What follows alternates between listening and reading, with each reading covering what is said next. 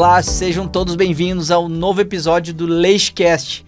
Hoje aqui com a doutora Gladys Costa, né, e oncologista veterinária, publicitária, formada em marketing digital, extenso currículo aí. Vamos falar um pouquinho sobre o trabalho, né, do marketing e o papel do veterinário nas redes sociais. Porque a gente sabe que hoje em dia a globalização da informação, ela tá aí, a gente precisa propagar isso, né? Muitas vezes a pessoa diz, mas tu fala demais nos teus vídeos, tu entrega muito conteúdo. Tchê, quanto mais a gente entrega conteúdo, mais a gente aprende, mais a gente vira autoridade. Verdade. E aí, como que tu acha que, vamos lá, como é que tu enxerga a importância do marketing digital, a importância do médico veterinário nas redes sociais, por exemplo, na questão da leishmaniose?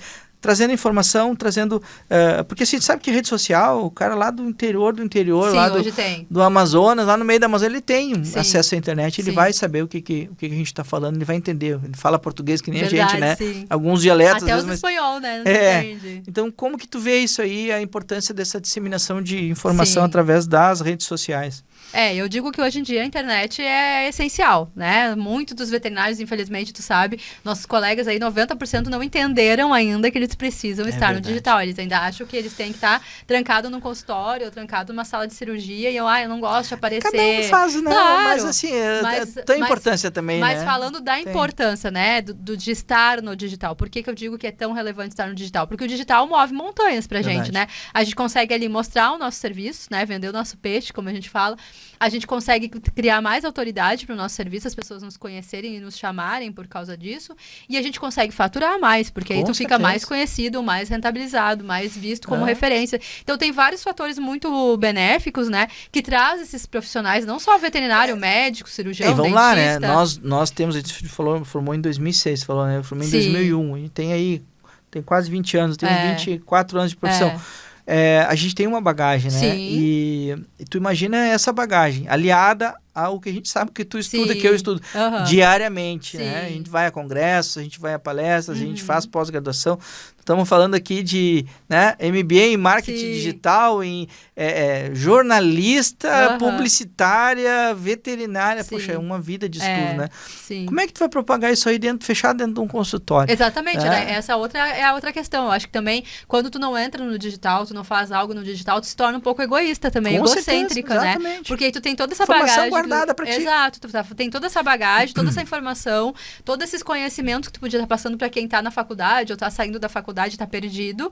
E aí tu não faz isso, tu fica lá trancado no teu consultório, na tua clínica, ou sei lá, no bloco cirúrgico, e não passa essa informação adiante, né? Então eu vejo também como uma parte de disseminação de informação correta também, ia né? dizer, com responsabilidade, isso, porque a gente tem um canal aberto para falar o que a gente quiser. Exatamente. E daqui a pouco a gente tem lá, no nosso caso lá tem quase 8 mil seguidores ouvindo e confiando no que tu fala. Então, buscar a informação correta, baseada na tua experiência, mas baseada em evidência científica. E trazer aquela informação como verdade. Porque se a gente falar o que vem na cabeça... Não, aí também daqui não, a pouco a gente está causando um desserviço aí muito maior. As fake news, né? Não seja nada do que E aí o que tu fala repetidamente, aquilo que tu se mostra num vídeo repetidamente, e não é assim. Vira autoridade e essa autoridade daqui a pouco tá falando bobagem. Isso a gente já viu várias pessoas aí no digital, influencers da vida, né? Que falavam que eram veganos e comprava aquela briga dos veganos e depois apareciam comendo peixe, comendo frango, essa discussão do veganismo, eu já ouço muitas pessoas dizendo, mas tu é veterinário.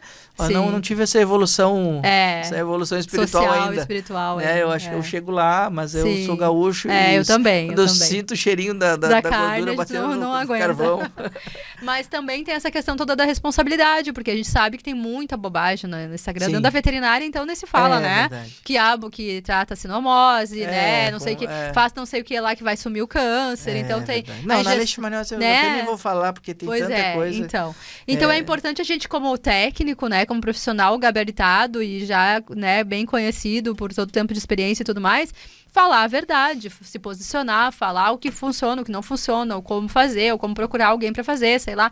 Mas conseguir dar esse direcionamento para os tutores e para os outros colegas que não são da área, porque a gente sabe que cada vez mais, por exemplo, no caso da medicina veterinária, cada vez mais a medicina veterinária está se distribuindo em especialidades, né? Sim. Porque a gente não consegue mais dar conta de tudo. Hoje eu vi a a colega de pneumologia e cardiologia, a Sofia Vistuba, falando sobre isso. E é exatamente isso.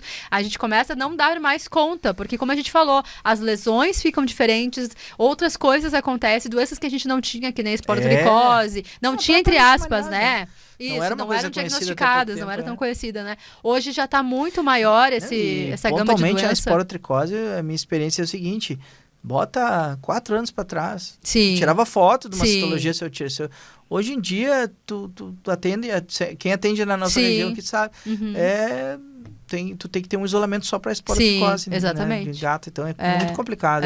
E a gente sabe que existe uma demanda muito grande para isso, então tem que estar preparado. Tem que ter esses especialistas, e esses especialistas têm que estar na rede social para mostrar o seu trabalho, falar sobre isso, falar dos diferenciais, ajudar os outros colegas também, como a gente falou. Verdade. A gente tem essa responsabilidade social também como médico veterinário, né? Até para reforçar a nossa classe, que como a gente fala sempre internamente, é a melhor profissão do mundo, é a mais bonita e a que menos é valorizada até então, infelizmente. Mas eu acho que passa por nós mesmos. Sim, por isso que eu tô dizendo, a culpa é nossa mesmo. O veterinário ganha pouco. Cara, eu acho que vale a gente se valorizar, como tu disse, estudar, tu tá na 4ª graduação, terceira, 4ª graduação.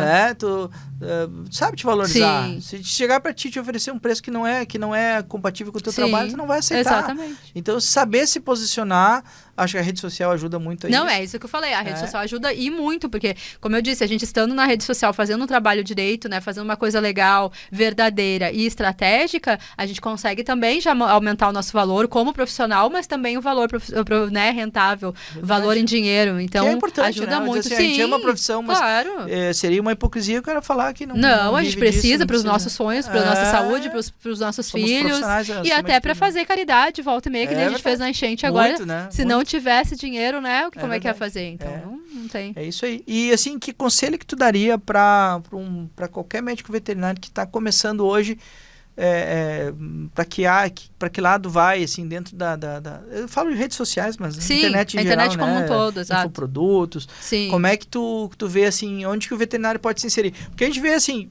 a gente se formou numa geração que não tinha essas coisas, não assim, tinha né? Digital, a gente desenvolveu isso depois. Sim, bem depois. E, né, meio que autodidata, no teu caso, tu é estudiosa disso, mas vamos lá, como que a gente vê esse médico veterinário que está indo para o mercado de trabalho hoje, numa quantidade muito maior, né, de profissionais que a gente tinha na nossa época. Nossa época tinha 2 ou 3 faculdades no estado todo, hoje já tem, né, 10, eu acho, 20, já perdi as contas. Eu também.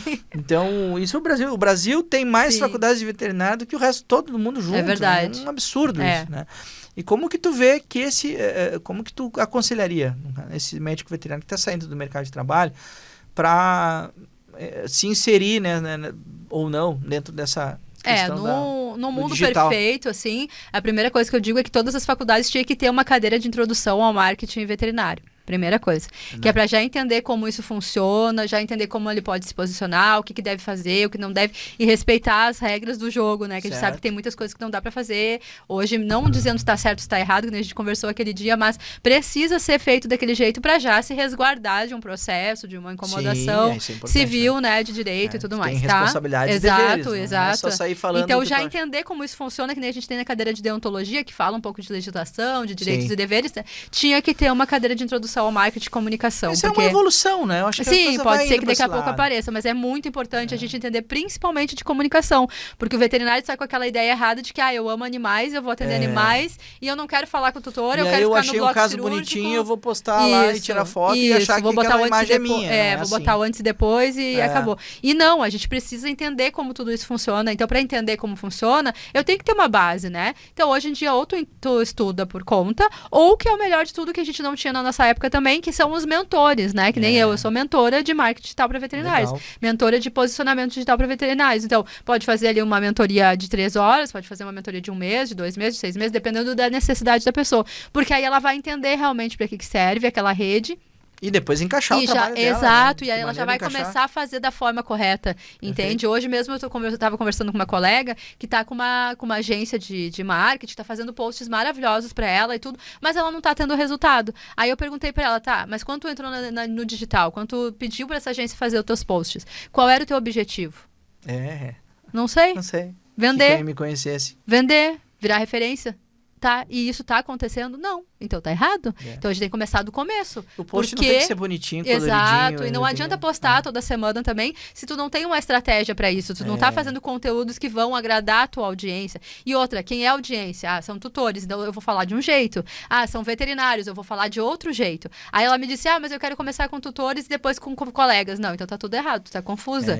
Entende? A gente não consegue fazer essa salada de fruta. Vamos lá, tu tá falando de 3 graduações relacionadas à comunicação, né? Tudo aí dentro. Né? Pra tu chegar nessa conclusão. Sim. As pessoas acham que chegar lá e falar o que elas acham que vem na cabeça sobre vai dar resultado. Tem que ter estratégia, como tu mesmo disse. Postagem tem que ter uma mescla ali, que nem o pessoal às vezes se equivale muito assim, fulana é da veterinária, ela tá com não sei quantos milhões de seguidores. Eu digo, ok, mas será que ela vende? Né? Às vezes ela vende só a imagem dela, ela virou uma digital influencer, todo mundo conhece. Tem muita compra de mas lead, não, né? Sabe que as pessoas compram seguidor exato. Hoje, aí, que adianta? Mas às vezes ela não vende, ela não vende serviço, ela vende só a imagem dela. É isso que tu quer? Tá tudo ok, tá funcionando. Mas se tu quer mesmo virar uma referência técnica e rentabilizar, já é totalmente diferente. Aí tu não pode fazer dancinha, musiquinha, trend do dia, aquela coisa, porque de vez em quando até é legal pra te chamar atenção, dar uma risada, né? Mas eu digo assim, tudo vai depender do teu objetivo, tu entende? Não tem certo nem imagem que tu quer passar pro teu cliente? Isso, é isso que eu falei. Primeira coisa, qual é o teu objetivo? Eu quero ser referência, tá? Então, se tu quer ser referência, nós vamos cuidar do teu pessoal, da tua roupa, de como tu vai te exportar na frente da câmera, do que tu vai falar. Mas eu não gosto de fazer vídeo, eu não gosto de estar na câmera. Ok, então vamos começar com conteúdo sem tu aparecer, só com a tua voz, só com o teu vídeo. Agora tem essas trends de reborn, né? Dos bonequinhos ali que tu pode usar.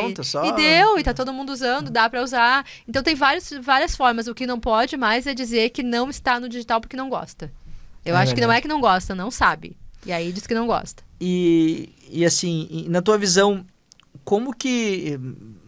uma pergunta assim bem ampla, né? Mas como que tu acha que os tutores reagem melhor às postagens? Vamos falar no caso da oncologia, né? Sim. Como é que que tipo de linguagem que eles aceitam melhor? Eles gostam de linguagem técnica? Gostam de algo mais lúdico? O que tu, na tua experiência, tu vê? Porque isso pode, daqui a pouco, nortear o início do trabalho de algum veterinário que está nos assistindo aí. Sim. Exatamente. Aí a gente tem que ir pro segundo ponto, depois que tu escolher o teu objetivo, o segundo ponto seria escolher o público. Então, se tu vai falar com tutores, com certeza uma comunicação mais coloquial, mais do dia a dia, não tem que usar palavras técnicas. Né? Uma tradução. Exato. Ele está com uma neoplasia hepática de glândulas hepatoides. A pessoa vai te olhar e vai dizer, isso é bom, é ruim, vai morrer, o que tem, né? Não, tu tem que dizer, olha, ele tá com um nódulo, um tumor, um aumento de volume no órgão tal, e isso vai acarretar tais e tais coisas. Então, se for para tutor, tem que ser uma linguagem, uma comunicação muito mais simples, mais fácil de entender. Eu faço isso diariamente. Sim, eu faço isso diariamente. A leishmaniose, ela tem um viés, assim, muito grande, muito amplo. Sim. A gente fala de imunologia, a gente fala de oftalmologia, a gente fala de ortopedia, a gente fala de dermatologia, a gente fala de endocrinologia, a gente fala de tudo, né? De todos farmacologia. Os sistemas. Isso. A gente precisa entender um pouquinho de cada coisa. Então, é algo muito técnico. Quando a gente fala de resposta imunológica por macrófagos, não sei o quê, cara, vamos traduzir isso aí para uma linguagem que as pessoas entendam.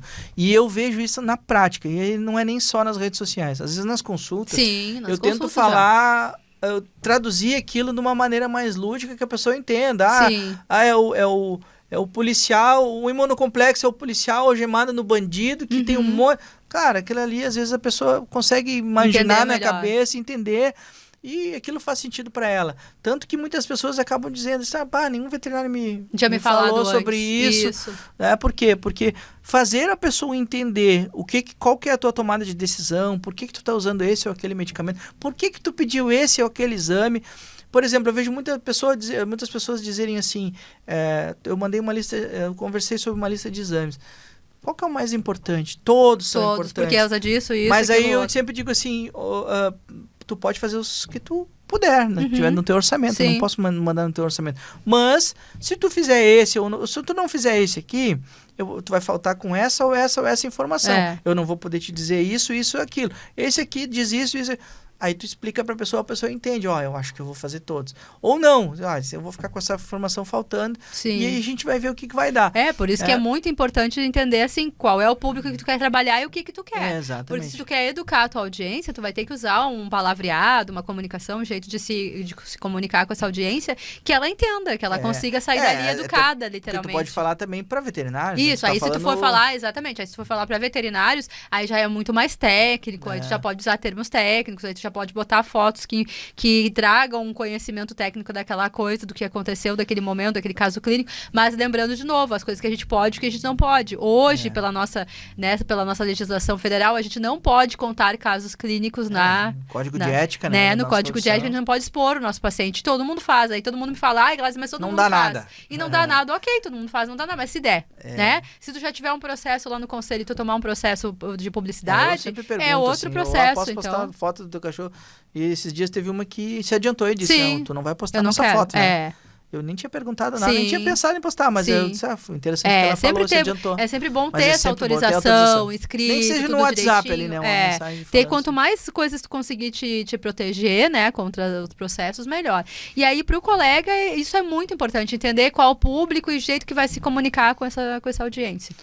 Isso é crucial. E aí, dentro da comunicação com o veterinário, que eu vejo assim também, às vezes o menos é mais. Sim. Tu querer enfeitar demais, às vezes tu estraga o produto. E agora tu falando, deixa eu te cortar só porque eu me lembrei.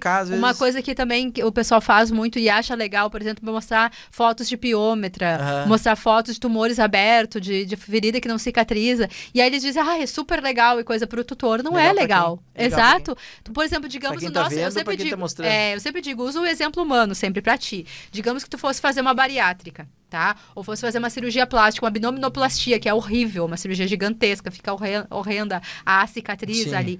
Se tu fosse ver uma cirurgia tua, digamos que fosse fazer uma abdominoplastia, tu fosse ver uma cirurgia de uma mulher lá, ou né, um homem aberto, aquela gordura toda amarela feia, umbigo lá não sei aonde, para depois reconstituir. Tu ia fazer essa cirurgia? Né? Tu ia pensar 10 vezes na hora de fazer a cirurgia, imagina a tua imagem, né, com aquilo tudo de fora, viralizando para 1 milhão de pessoas. Se fosse eu, no meu caso, eu ia dizer, não, eu mesma coisa que fizeram contigo, tu não posta essa foto chama aí, empatia, né? Empatia é aquela coisa, será que isso vai servir pra mim? E a pessoa quando olhar, ela não vai ter desejo em fazer aquilo, ela vai ter nojo, às vezes asco, né? Não, vai ficar com medo de fazer aquela cirurgia ali, então a gente tem que medir até quanto vale a pena aquele tipo de imagem ali, aquele sensacionalismo, né? Não confundir trazer imagens com trazer autoridade. Sim. A gente tem que trazer conteúdo, até uma imagem que outra autorizada, né? Vale como, né? No meu caso, antes e depois, eu uso bastante, mas sempre pedindo autorização, porque eu acho que, assim, na questão da rede social, existe a prova social. Sim. E assim, nada melhor de eu mostrar meu trabalho. Claro, os outros falarem do teu trabalho. Me encaminharam uma foto de antes e depois, e aquilo mostra que meu trabalho deu resultado. Mas sempre com muito cuidado, com autorização, enfim. Né? Se posicionar com conteúdo, mas sempre pensando que do outro lado tem uma família lá que não gostaria de ver, talvez não gostasse de ver. Sim. E depois que tu postou, não dá pra... o que foi visto não dá pra ser desvisto, né? Exatamente. Doutora Gladys, para terminar, nosso bate-papo muito rico nessa noite, eu queria que tu me explicasse assim, como que a rede social, né, a informação através da rede social, através da internet, pode auxiliar tanto a população como a formação da imagem e da autoridade do médico veterinário perante a sociedade. Sim. Como eu tinha te falado antes, a gente tem essa obrigação, eu vejo como uma obrigação. Acho que o médico veterinário, todos os médicos veterinários, eles teriam que ter um mínimo de entendimento de marketing e um mínimo de conscientização de que é uma figura pública importante para a sociedade, que a gente tinha falado, porque a gente trabalha com saúde única, a gente trabalha com saúde pública, a gente trabalha com a parte de vacinas, de controle de alimentação, com N coisas que o veterinário daquela área específica pode ajudar a população informando, que nem quando acontece surtos, né, que nem esse da gripe aviária. área. Todo mundo fica em dúvida, pega na gente, não pega, aquele pessoal lá, e agora a gente vai morrer todo mundo de novo numa nova pandemia. Então, esses veterinários que trabalham nessa área deveriam já estar nas redes sociais falando, olha, verdade. calma, a gripe aviária, ela deu focada aqui, ali, aqui, a gente já tá fazendo isso, tá fazendo aquilo, para que as pessoas leigas ou os colegas que não são da área... aquele pavor geral se apague no início. Um exemplo bem didático disso, da esporotricose. Não sei se tu viu, quando começou a acontecer casos aqui no Rio Grande do Sul, as notícias eram, nova doença do gato matando, sabe? E aí eu fui olhar, e meu marido foi porque ele não é da área veterinária, ele é casado com uma veterinária, mas ele não é da área veterinária. E aí ele falou pra mim, tu viu, Gladys, que tá aparecendo uma nova doença, não sei o quê. Eu disse, deixa eu ver essa reportagem. Aí fui ler, eu disse, nova nada, uma doença que já tinha no Nordeste, no Norte, há milhões de anos, e que no Rio Grande do Sul não tinha muito diagnóstico, devia ter um ou outro, mas não era tanto. Agora se agravou, tá? Então esse veterinário tem que ir para ali, o pessoal de felinos falar sobre isso. Então, primeira coisa que eu vejo é essa obrigação, como realmente figura pública, figura da área da saúde, né? E como isso, né, a gente não tem ideia de como isso impacta na vida das pessoas. Imagina, a pessoa passou por uma pandemia, passou por uma enchente, agora HN1, uma época foi HN1, aí depois veio a dengue. Não, como é que passa a dengue? É só pelo mosquito? Se eu encostar numa pessoa com dengue, eu vou pegar? Como é que funciona? E agora a leixa é a mesma coisa. Sim. Como é que a leixa... Mas eu posso dormir com o meu cachorro cheio de ferida, abraçado, beijando? Pode. Tá, mas isso alguém tem que falar. Sim. Né? Por exemplo, eu comi frango hoje, comi ovo. E aí? Se vou ficar doente? Posso pegar? Será que... Porque isso acaba acometendo a parte econômica do país também, vida, entendeu? Com certeza, vai ter muita gente que é ignorante no assunto, né? Que não vai comer mais ovos, que não vai comer mais frango, que vai ficar sem comer carne, ou que vai mudar a carne. Porque alguém deu uma desinformação e dizendo que... Que nem na época da pandemia, lembra? Tinha muita gente que me perguntava, mas doutora, se eu ficar com o meu cachorro dentro de casa, eu vou pegar, o meu cachorro vai pegar a Covid, vai passar pra mim, sabe? E quantas pessoas vieram em redes sociais falando em aplicação de vacina de coronavírus canino em humano para prevenir Covid. Então, pelo amor de Deus. Então, às vezes, a rede social, ela tem que desinforma. Desinforma. Então, por isso que eu vejo que a gente deveria estar muito mais presente nas redes sociais, até como realmente uma força-tarefa, digamos, de informação correta, de informação técnica, sabe? Que nem agora do EAD, do ensino, a gente tinha que estar todos os veterinários falando por que não dá para se formar de forma EAD, entendeu? Como é que tu vai formar sem tocar num cachorro? Exato. Uma coisa é uma pós-graduação, que tu já está formado, já conhece, tu vai aprimorar o teu conhecimento. Isso. Outra coisa é o conhecimento de base, que é aquele de pegar no animal, de tocar num linfonodo, de fazer uma ausculta, de tocar num abdômen, sabe? Isso não adianta. Então, essa é a primeira parte. E a segunda, como autoridade, vai estar concomitante a isso, porque a partir do momento que tu tá ali, tá ensinando as pessoas, tá educando, tu já vai elevar a tua autoridade. Porque a pessoa vai te olhar e vai dizer, olha, que legal, Thiago, além de ser profissional, a Gladys, além de ser profissional, ela vai lá e mostra pra gente o caminho, mostra por que tem que fazer isso, mostra como é que funciona. Então, aí tu já eleva a tua autoridade. E tu eleva a tua autoridade também perante os teus colegas, porque os colegas vão, que nem eu tô dizendo, que eu aprendi muito contigo, tu aprende comigo, a gente aprende com uma pneuma, com uma dermato, com seja a especialidade que for, porque elas sabem, elas estudam mais frequentemente aquele tema do que a gente. Então a gente vai se ajudar ali e vai crescer juntos também como E a gente tá numa época que a inteligência é artificial. Sim. Né? E aí a gente pensa que E isso também passa pelo fato da informação ser globalizada. Sim. Então a gente precisa entender um pouquinho, né, de cada coisa e... Não precisa, eu falo, não precisa virar blogueiro, não precisa estar todo dia no Instagram. Não, mas ocupar o tempo com algo produtivo, sim, né? mas pelo menos ali uma vez na semana que seja, fazer um vídeo falando sobre o teu tema, sobre algo que tu vê todo dia, que nem eu. Ouço todo dia a questão da quimioterapia, que nem eu te falei. Então eu já tenho vários vídeos lá falando, conteúdo de carrossel, coisas, lives, porque a gente precisa falar isso toda vez. Não adianta falar uma vez, vou falar hoje sobre quimioterapia, todo mundo já sabe. Não, porque ninguém te acompanha todos os dias na rede social. Às vezes eu repito assuntos e fico pensando nisso, mas não, cada vez que eu repito, as pessoas seguem com as mesmas perguntas. Sim. Claro, não são as mesmas pessoas que vêm, né? Exatamente. E mesmo a mesma pessoa na consulta passa isso. A gente fala, tudo explica. Exato. Como é uma doença crônica e grave, que nem tu falou, com muitos multifatores que vão acontecer e vão interferir nessa doença, às vezes tu fala tudo isso na primeira consulta, mas quando volta pra químio ou pra segunda consulta, pra revisão, ela vai perguntar a mesma coisa. É verdade. E aí eu vou dizer de novo, novo, como eu já tinha te dito. Tu lembra que eu te falei? Lembra que eu te falei? É assim, assado, assim, assado. Aí a pessoa ouve. Aí daqui a pouco ela pode vir de novo a te perguntar. E não é porque ela é maldosa, porque ela tá te dando, né, pra besta, porque ela tá te testando. Não, é porque realmente não é da área dela, então ela não entendeu aquilo ali. E a tua obrigação é repetir, até ela entender. Verdade. Então na rede social é a mesma coisa. Ninguém tem obrigação de saber que tem que vacinar todo ano. Ninguém tem obrigação de saber que a leishmaniose é passada pelo mosquito, só pelo mosquito, e tem que usar, por isso que tem que usar, né, as coleiras, o repelente e tudo mais. Não é, então, ninguém tem obrigação de entender de outras áreas, né? Então a gente tá aqui pra falar sobre a nossa... obrigação não tem, mas naquilo que for pertinente à tua vida, Sim. à tua segurança, Sim. à tua saúde, eu acho que é importante. Sim, mas eu trazer, digo que a pessoa que se ninguém passar essa informação, ela não vai saber. Então por isso que é importante a gente ficar repetindo, falando. E mais falando, pessoas vão acabar dizendo bobagem. Por exemplo, em relação ao onco, que quimioterapia não vale a pena e que o cachorro vai morrer do mesmo jeito. Exato. Então não é assim. Hoje a gente tem tecnologias avançadas aí que precisam ser expostas para que as pessoas aprendam, né?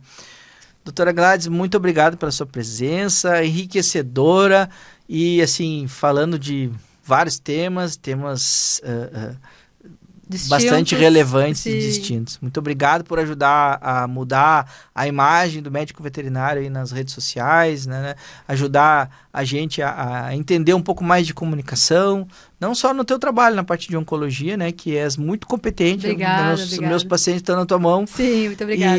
Mas principalmente nessa parte aí de comunicação que Sim. não só tu faz a tua parte, mas ajuda os outros a realizar. Que é o que a gente falou aqui, a gente para fortalecer a nossa classe, trazer toda essa visibilidade, a gente precisa fazer a nossa parte também. Eu acho que a gente tem essa obrigação de plantar essa sementinha nos outros colegas também, um ajudar o outro. E usar essa bagagem que a gente já tem de anos na profissão aí para engrandecer a nossa profissão. Com certeza. Eu também te agradeço pelo convite, como eu disse, estou aprendendo muito contigo também. Sintomas que eu nem imaginava que podia ser leite, agora eu já estou pensando 2 vezes antes de dizer que não, faz a gente ficar pensando tudo é leite. Então é importante para a gente poder realmente fazer um diagnóstico melhor e tratar o nosso pet, né, nosso paciente de forma mais assertiva. Obrigada. Então muito obrigado pela presença. Obrigada, pessoal. Com esse agradecimento, nós encerramos o nosso LeishCast de hoje. Aproveite e deixe seu like, inscreva-se no canal e compartilhe o nosso vídeo para que a gente possa trazer mais e mais conteúdos relevantes a respeito de leishmaniose e outros tantos assuntos aí que tangem a leishmaniose.